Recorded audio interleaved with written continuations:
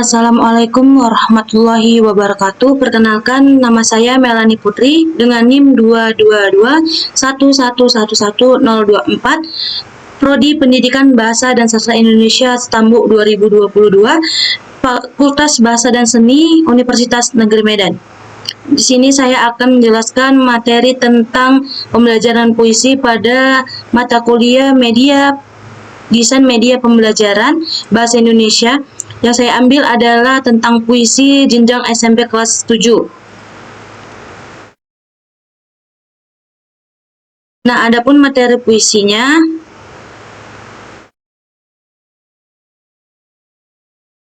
materi yang akan dibahas materi penyebab, permasalahan pembelajaran puisi, faktor penyebab, dan solusi permasalahan. Nah, adapun materi pembelajaran puisi yang saya paparkan ini ialah puisi merupakan bentuk karya sastra dari hasil ungkapan dan perasaan penyair dengan bahasa yang terkait irama, matra, rima, penyusunan lirik dan bait, serta penuh makna.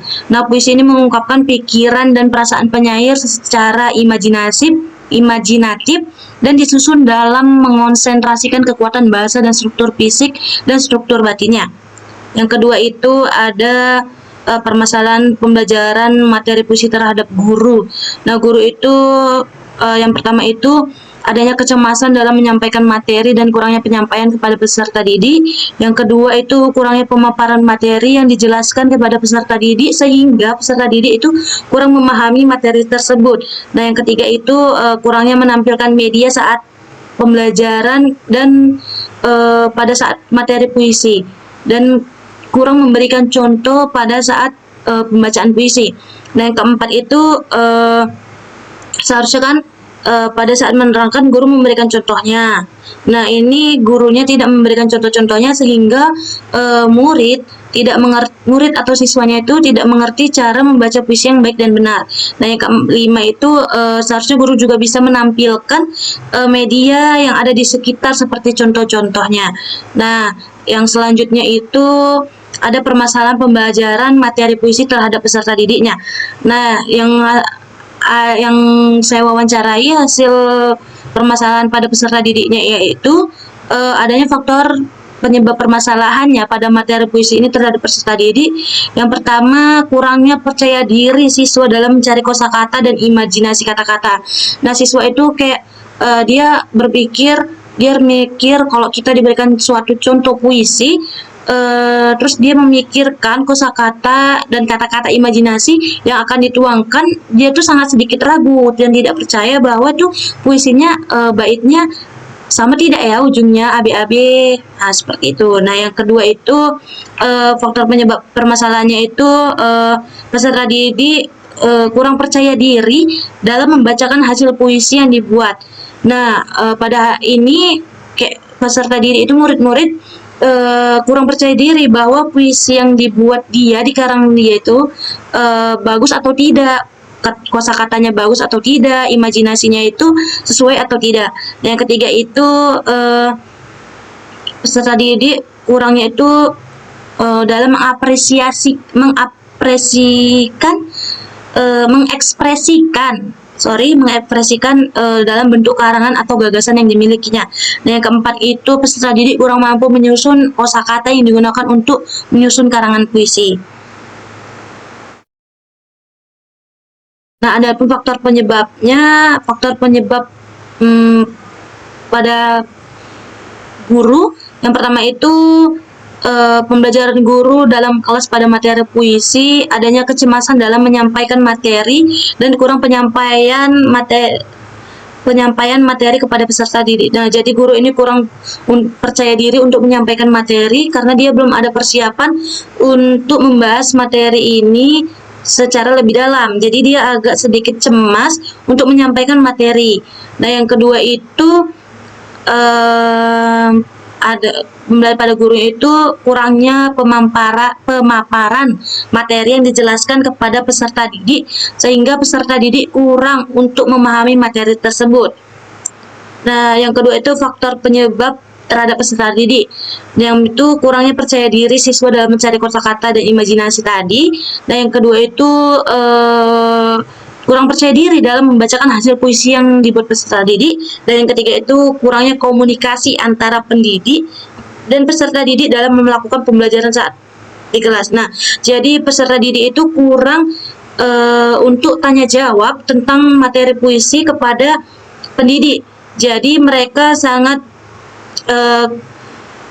canggung untuk membacakan hasil puisi yang dibuat tadi karena kurangnya komunikasi antara pendidik dan peserta didik.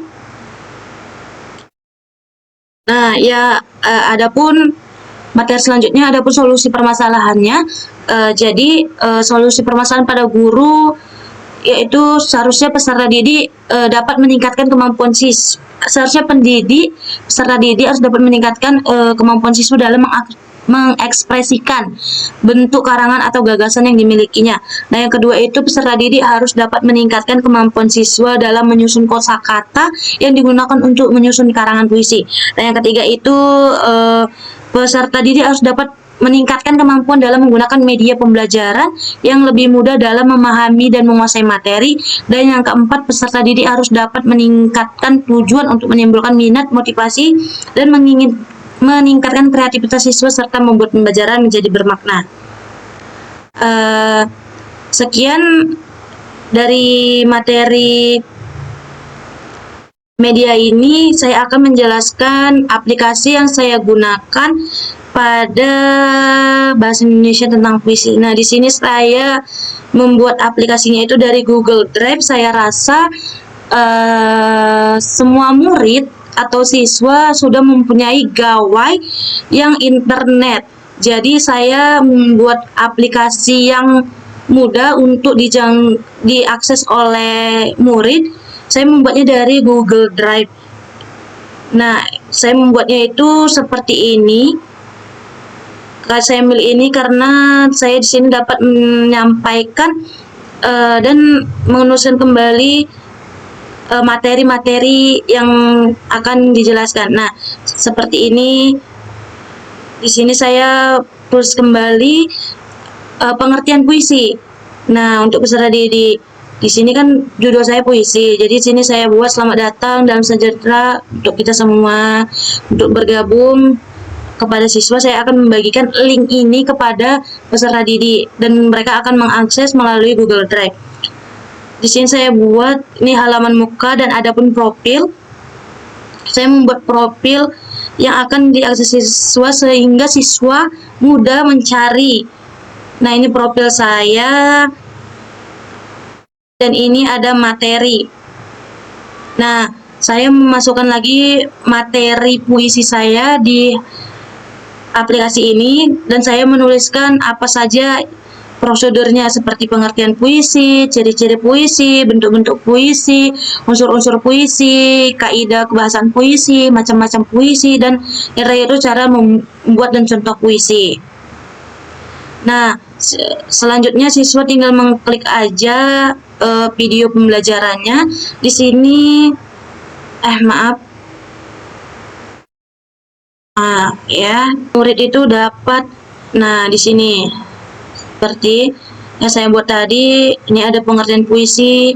Saya rangkumkan lagi pengertian puisi yang lebih singkat ke sini dan ciri-ciri puisi serta 7 prosedur tadi. Nah, yang selanjutnya itu murid-murid atau peserta didik tinggal mengeklik selanjutnya ke video pembelajaran. Nah, di sini saya merangkum video pembelajaran itu menggunakan link YouTube. Jadi siswa jika tidak mengerti apa yang saya jelaskan dan kurang komunikasi, saya memberikan link ini dan mereka juga bisa belajar dari link ini. Mereka juga bisa mencari dari YouTube atau yang saya bagikan. Sini lengkap saya membuat 7 prosedur tadi. Nah, selanjutnya saya juga membuat di sini saya membuat latihan pada soal materi puisi untuk mengasah kemampuan peserta didik dengan menautkan link angket yang saya buat di Google Classroom dan sudah saya tautkan di sini. Saya membuat soal materi puisi. Di sini silakan ketika nama Anda dan peserta didik itu harus memasukkan nama seperti nama peserta didik, misalnya di sini saya buat Melani Putri kelas ini gitu. Jadi peserta didik bisa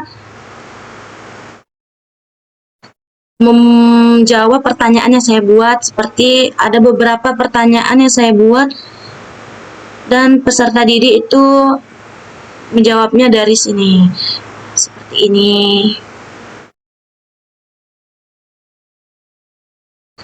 Yang terakhir itu ada tujuan. Nah, tujuan puisi sudah saya buat juga, jadi peserta didik dapat mengasah kemampuan berpikirnya dan pada media pembelajarannya saya buat sehingga peserta didik itu dapat memahami apa itu puisi, pengertian, tujuan, dan ciri-ciri, sehingga peserta didik itu